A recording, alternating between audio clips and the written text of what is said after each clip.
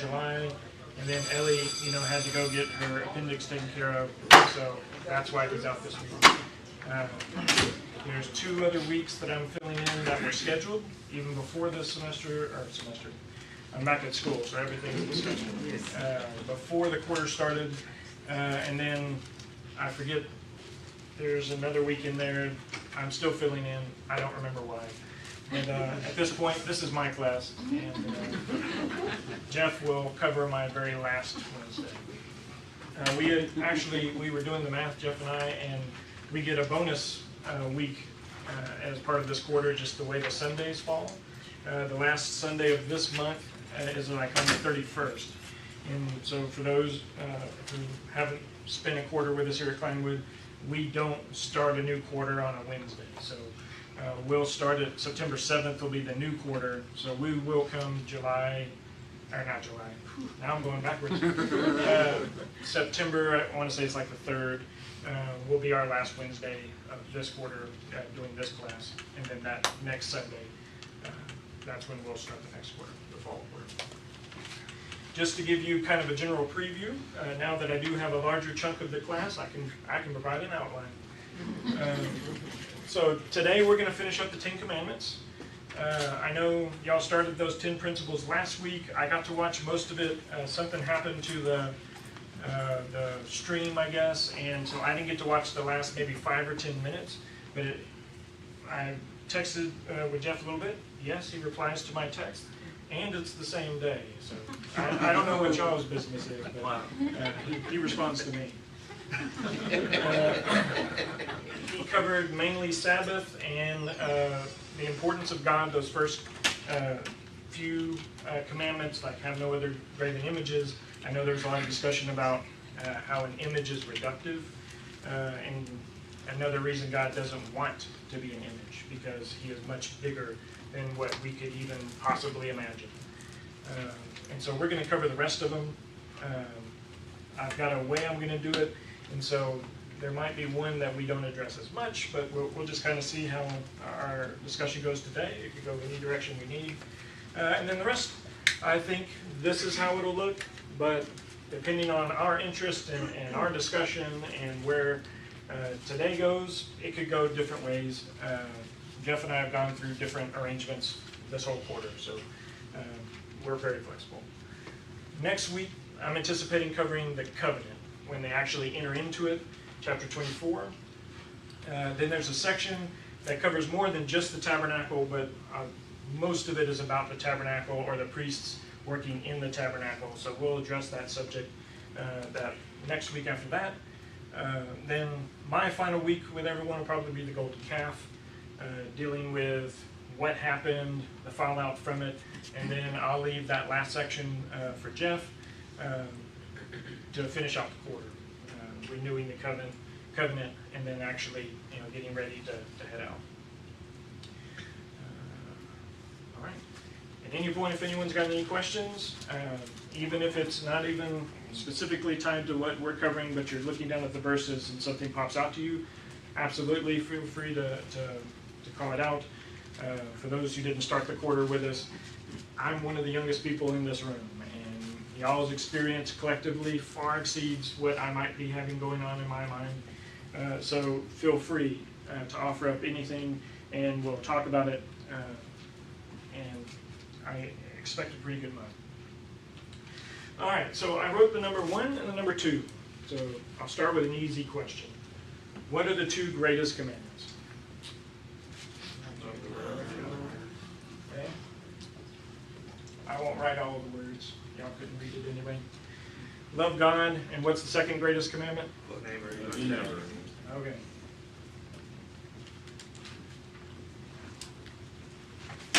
So when you look at these 10 principles, they can break down into this. This is one of the reasons why these are the 2 greatest commandments.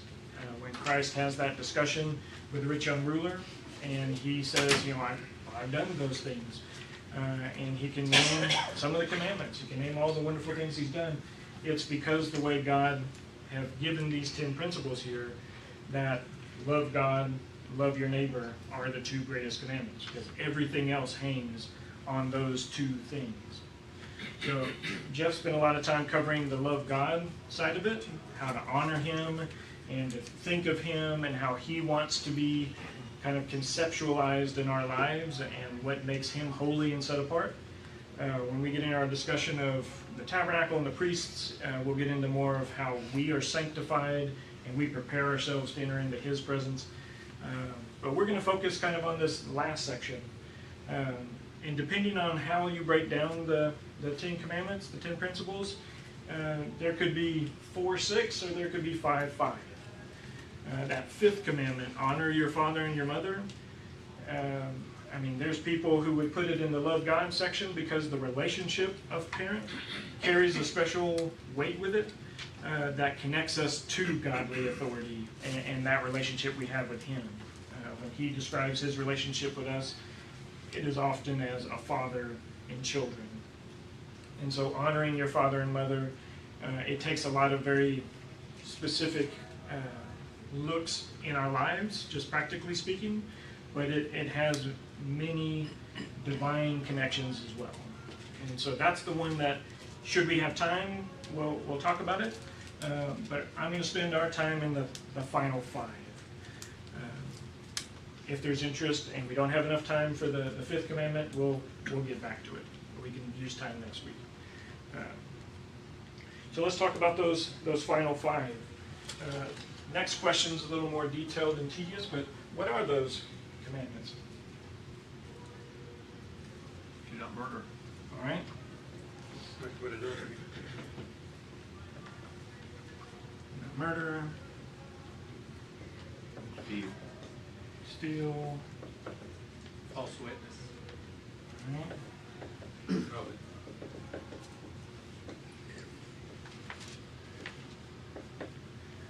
I didn't write all the words, but you got these 5 ideas, and then they're just listed one right after the other. There's not a lot of explanation to it, which I find is interesting, because that first section, there's a lot of explanation to it.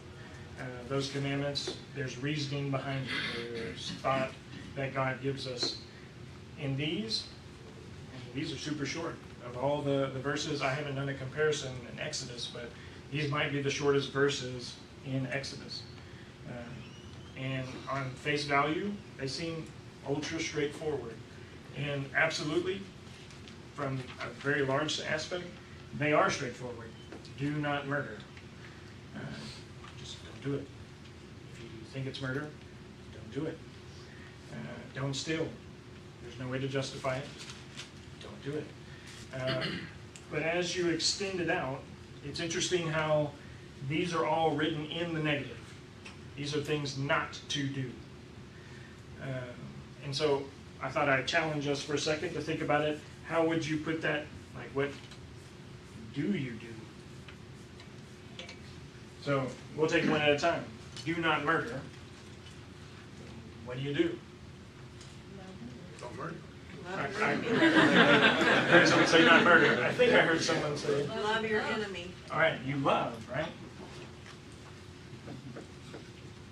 And it could be enemy, it could be neighbor. The idea of murder doesn't extend, like it doesn't limit itself to anyone. Like, call them your enemy, call them your friend, you still don't murder them. And we can talk about caveats to that in a bit, but for now, understand, do not murder, but love these people, right? Yeah. Well, I think it's more about respecting life, because God gives life. It's not our response. We shouldn't take it away without, extreme reasons. Yeah. No, that's a good thought. Those who maybe not could hear, I added the word respect to it. Like Kenneth was saying, a lot of it's about respecting life. That if God created it and gave it life, it's not up to you to decide if that person's time is done. Which I'll just draw this real quick. We put things in small boxes just because we have small minds. And that's not a dig on anyone in this audience, that's a dig on everybody in this audience. Isaiah 55, as his ways are above our ways, the heavens above the skies, so are his thoughts and our thoughts. and that's everybody. And so when we think of love and we think of respect and we think of all these like concepts like truth and justice and mercy, the closer you get to God, the more you realize they're all connected. We're looking at small slivers of it, but ultimately the perfect version of respect is also going to be a perfect version of love. It's going to be perfect of mercy. It's going to be perfect of justice. And simply put, it's God. That the closer you get to those things, that's why 1 John goes through it and he says, God is love, or God is light. Because if you perfect it, that's a quality God is. Yeah, because I think it opens up a whole myriad of things, right? The idea that life is sacred and should be sanctified and therefore it should be protected. When you have that approach, then when we see somebody who doesn't have enough to eat, right, we should feed them because that threatens their life. If we see someone who's sick, we should try to take care of them because, that threatens their health and their well-being. If we see someone suffering, we should try to find a way to help support them because, again, life is sacred and should be respected. And so it opens a whole way to think about how we deal with people and how we treat people based on the idea and concept that life is sacred and God wants us to help ensure that everybody lives a full life that God gave us. Absolutely. And on Sundays I teach a Miracles of Jesus class, and we're reading through John. We've already read through Matthew.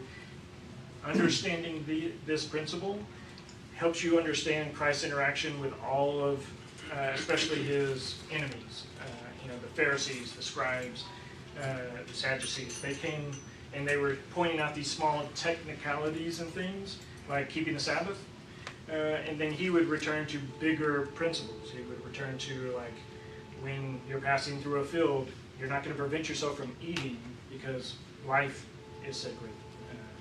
Feed yourself, even though it might look like work. There are higher things at stake. Yes, ma'am.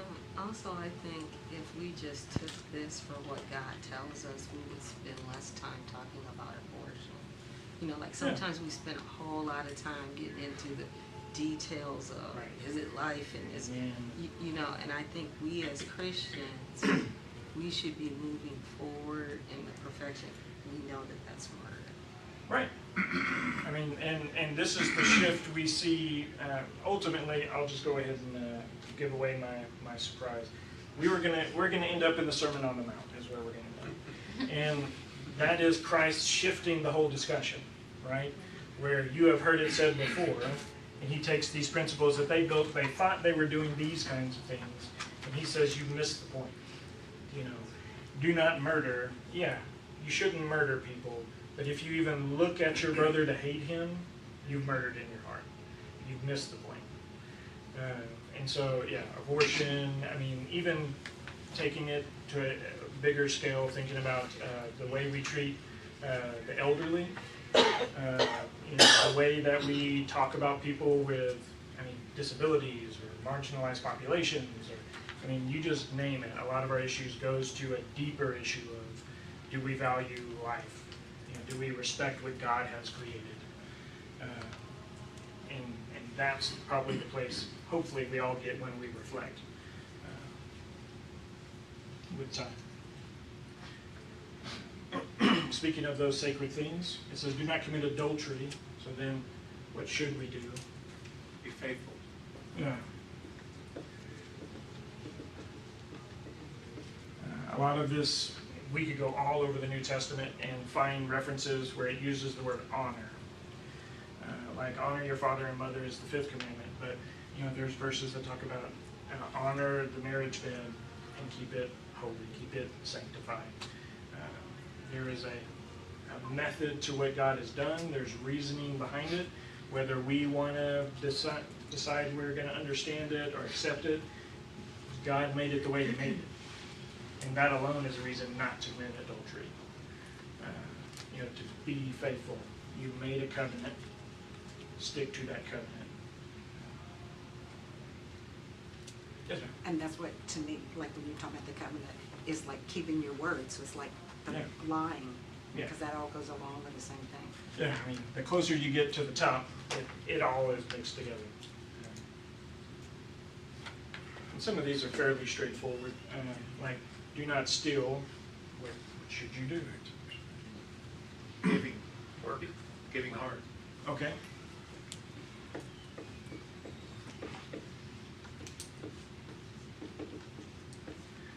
I like taking it from the idea of giving. There's the whole reason to work is not only to provide for yourself, but to provide for anybody. That's also throw in respect as well. Yeah. I mean, you're definitely not respecting that person's property if you're taking it without their permission, which is stealing.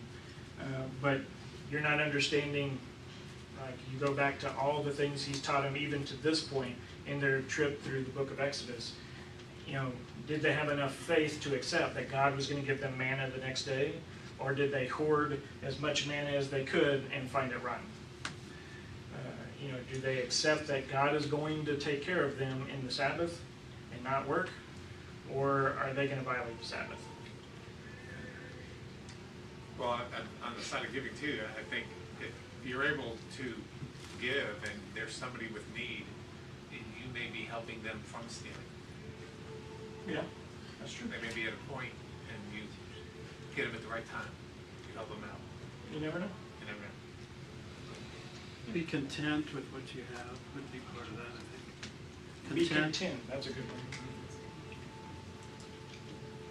We can head off to Philippians 4 and talk about Paul, right? What were you? Oh, okay. Well, good. See, we're all forming this. We're all meeting at the top. Yeah, so contentment, I mean, that's the huge part of it, is do you accept what God's giving you or your situation at the moment, or are you just so greedy that you're going to take other people's things? Yes, ma'am. So I think with all of those, whether it's murder or adultery or stealing, love God enough to do the right thing. So when no one's looking and no one can read your thoughts or see your mind, have integrity about yourself to do the right thing. Yeah, integrity is huge.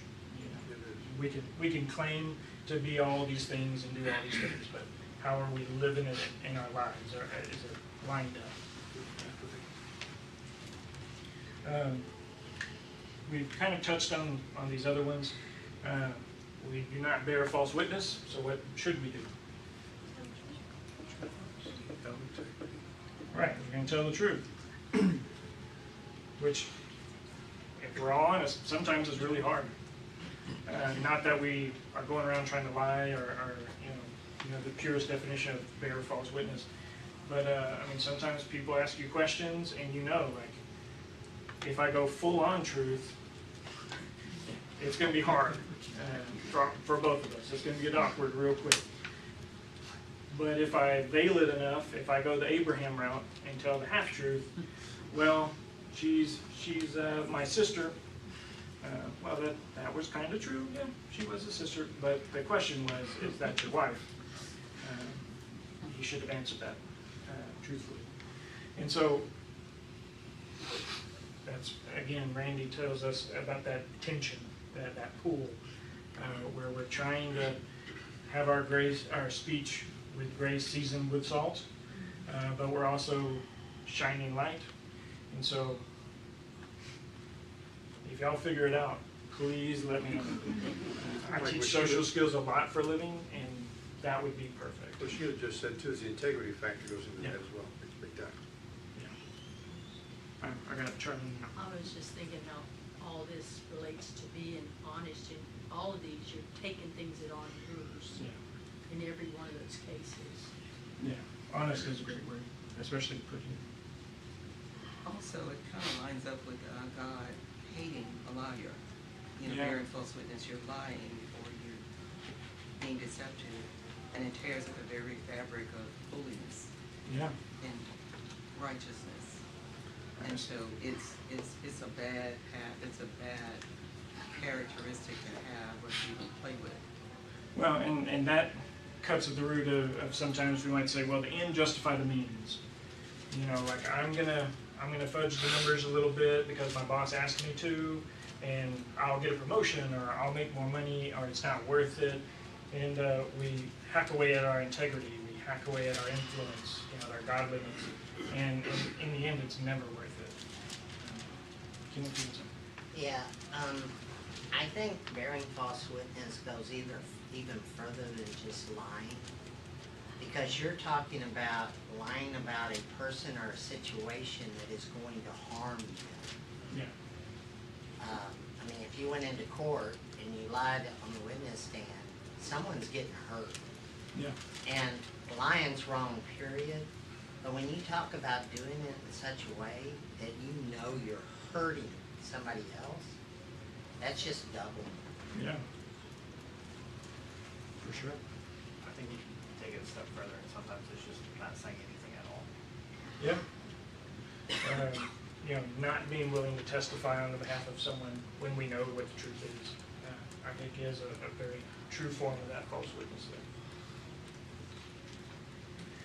The last one, it does an aspect, and I think Jeff covered it a little bit. We'll get on to cover it in a second.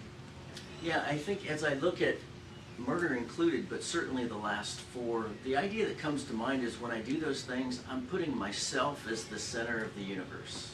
I'm making everything about me, right? I want, I need, you know, I'm going to take. It's all about me.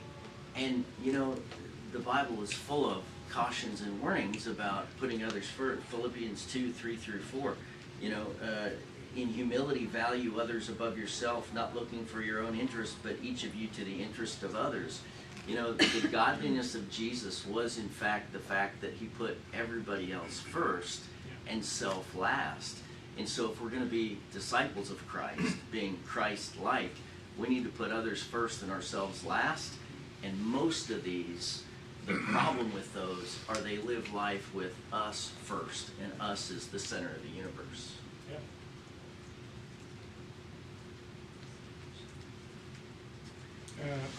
So, do not covet. So what should we do?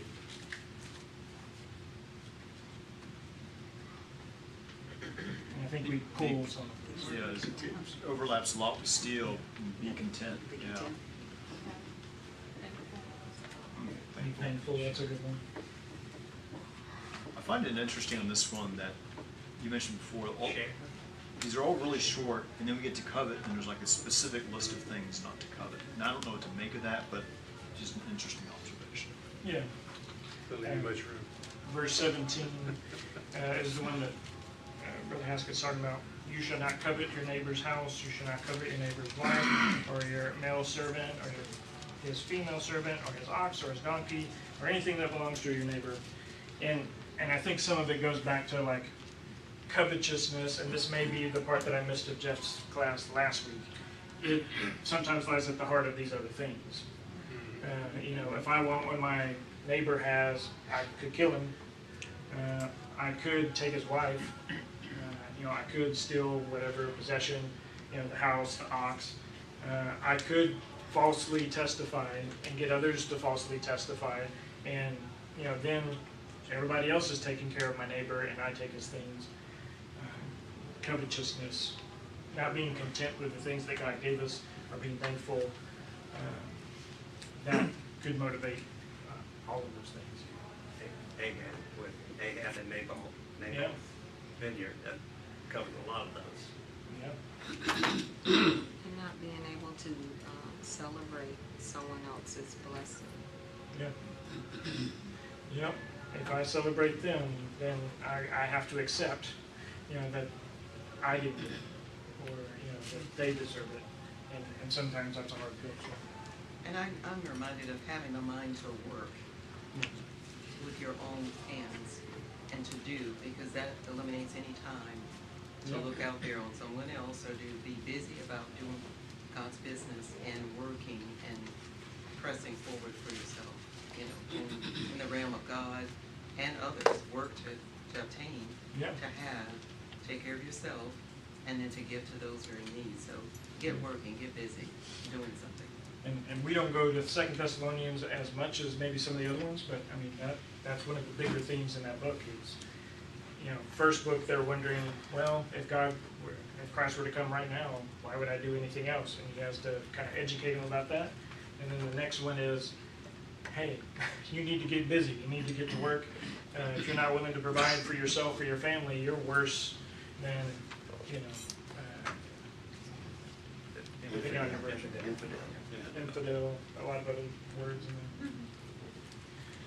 there. Let's turn over to Matthew 5.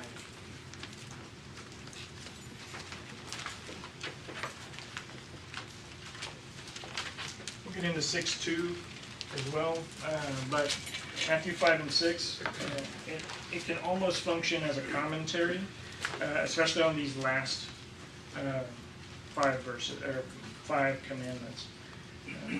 Because when it comes to neighbor issues, that's where sometimes we like to find the gray area.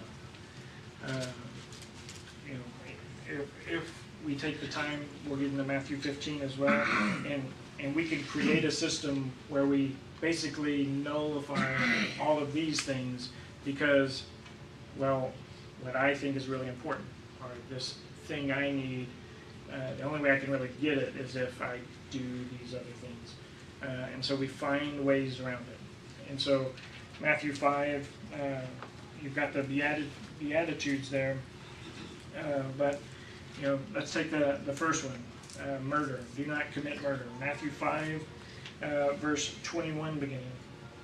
It says, "You have heard that the ancients were told, 'You shall not commit murder, and whoever commits murder shall be liable of the court.' But I say to you that everyone who is angry with his brother shall be guilty before the court, and whoever says to his brother, 'You good for nothing,' shall be guilty before the Supreme Court. And whoever says, 'You fool,' shall be guilty enough to go to the fiery hell." That's coming out pretty strong. I'm just assuming no one in here has committed murder today. Feel free to testify right now. We'll make arrangements. Okay? But not murdering seems like one of the easy ones. That's a checkbox that we can all check pretty much every day. But he takes it like, again, what's the heart of the matter? You're worried about going to court, but the real issue is if you have hate in your heart enough where you're thinking about murder, or you're thinking about just how worthless this person is, then you've missed the point.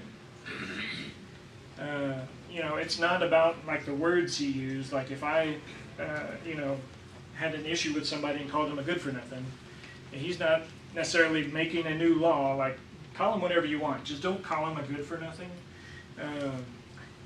What he's saying is it's the thought behind it. We talked about respecting life and loving life and valuing life. For you to think that your brother is truly good for nothing, you don't love and value a creation of God. And whether you take it to the full-on extent that you snuff their life out, or you're just acting in a way that communicates you do not value that person, you do not see the value they have, that is a big issue with God. And so don't worry about going to court for murder. I think we're all pretty set on that. Worry more about standing before God and having to justify the way we treat other people, or the way we think about other people. That's the takeaway for the murder one. What are y'all's thoughts on this? Little help from AI on this one. It says, someone who lacks wisdom disregards God's ways and makes foolish decisions that lead to negative consequences. Yeah. You can totally disassemble them, murder them, strike them down, destroy their reputation with your tongue. Yeah. A little deadly member, poison. Oh yeah. Yeah, we can go to James, and we can go a whole discussion, James 3, with the use of the tongue and what a powerful tool it is. And what it all comes down to is, what do you think about that brother or sister? And it's easy, again, to kind of confine it into this room where we think about, well, there's no one in here that I really hate, but if I'm driving down the road and that person cut me off, or if I'm walking down the street and somebody's not acting in a way that I find becoming, respectful, fill in the blank, where do our thoughts go? That I wish that person would just be gone, be dead, the world would be better without that person? We turn on the TV, there's a lot of talking heads. I'm not going to specify any talking head. You put whichever one you want in there. Aha, that's the person I'm talking about, right? What do you think about that person? Do you think the world is a better place without that person in it? That's what Christ is talking about here. Do you think they are good for nothing? Do you not value them? Even the person who's the most despicable person on the planet, their soul is more valuable than everything else. We could balance it out with Christ's commandments about not casting pearls before swine and dusting our sandals and things like that. I'm not saying to spin your wheels, but what I'm saying is you need to constantly monitor your heart. Hebrews 3:12, lest that evil heart of unbelief seep in and make you just hardened. Where now, maybe that person, and often that person we hate the most is someone we know very well, whether we admit it or not admit it. The people who are closest to us sometimes can hurt us the most, or used to hurt us the most before we cut them out. Do we have the doorway open? Do we love that person enough and value them like God values them, that if the opportunity presented itself, you could do something? And a lot of ways like that, and it's pushed especially to the younger generation, where you see a lot of people hating on another group of people, whether that be males hating on females or Republicans hating on Democrats, right? And it's just something that has grown in society a lot. Well, and there's science in a number of different fields that show that hate sells more than love. We can all really like something, but the moment we hate it, we're super motivated, and that sells a lot more. I saw a hand over here. No? Probably just smooth back in. I think it's training the heart is the big thing. Yes. Training your heart in all of those aspects. Yeah. All right. Skipping down just a little bit, verse 27. You have heard that it was said, you should not commit adultery. But I say to you that everyone who looks at a woman with lust with her has already committed adultery in his heart. And again, what are we training our hearts? Like Earl was saying. What are we preparing ourselves to do? And that cuts a lot of different ways. It's not solely confined to how you're looking at this other person that you don't have a right to. This is also, it can destroy a marriage.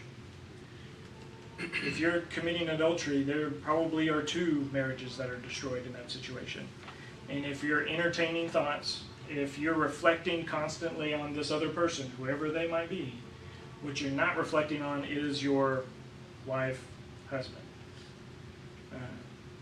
And so, again, what are we preparing ourselves for? Is it to be like God, to spend eternity with Him, and all of these even temporary relationships that we enter into, are we treating them with the respect and the love that God carries, or are we giving into the world?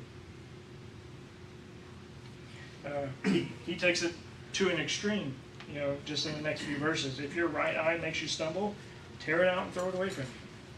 And I know Jeff talked a little bit about this last week, this idea of images and being reductive, and there's just so much temptation in what we see because it's so easily processed.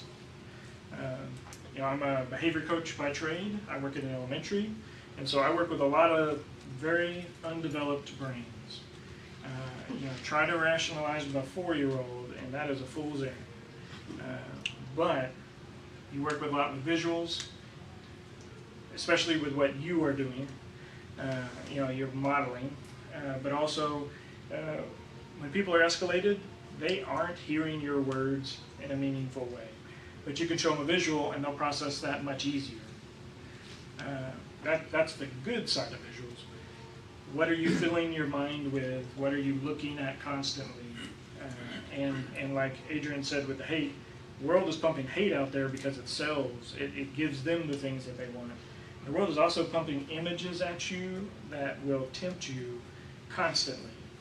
Sometimes in ultra subtle ways, or sometimes you look back you know, a year or 2 or 3 later, and you realize, oh wow, I'm way out of here, and I need to recalibrate.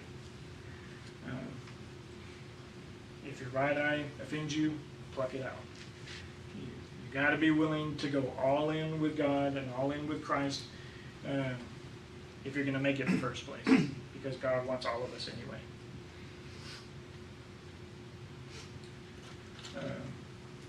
That's it. Time does get late. All right. Going back just a little bit, 5th chapter, verse 4.